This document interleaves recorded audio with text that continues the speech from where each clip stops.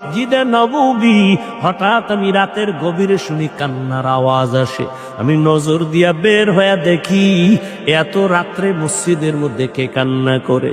আমি মোহাম্মদ দাঁড়াইয়া দেখি জান্নাতের 1 নাম্বার সার্টিফিকেট দাঁড়িয়ে আবু বকর নামাজে দাঁড়ায় দাঁড়ায় কান্না করে।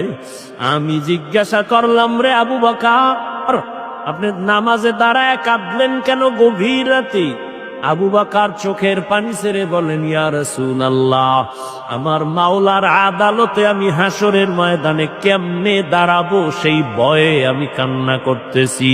কোরআন শরীফের একটা আয়াত আমারে কাঁদাইছে। বলে, কোন আয়াত আপনারে কান্না করাইলো? বলবো কোন আয়াত আপনারে কান্না করাইলো?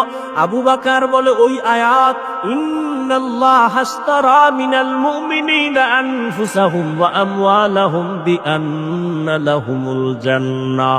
অর্থ কি? আল্লাহ বলেন, আমি মুমিনের জান মাল কিনে নিলাম, বিনিময়ে মুমিনের জান্নাত দিলাম। আল্লাহর নবীকে এটা তো খুশির কথা, এখানে কান্নার তো কোনো কথা নাই। আল্লাহ মুমিনের জানমাল কিনা নিছেন, মুমিনের জান্নাত দিছেন। কয়, ইয়া রাসূলুল্লাহ, এর মধ্যে একটা রহস্য খুঁজে পাইছি। কয়, কি?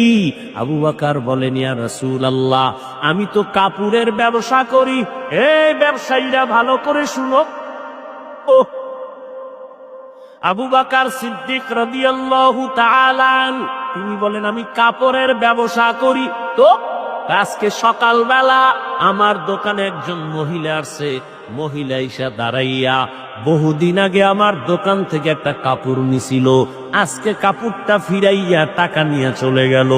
বিদায় বেলা আমি একটা প্রশ্ন করলাম, এরে আম্মা জান, আপনি কাপড় নিলেন বহু আগে, আবার ফিরাইয়া দিয়া টাকা নিলেন কেন? মহিলা একটা কথা বলে চলে গেছি।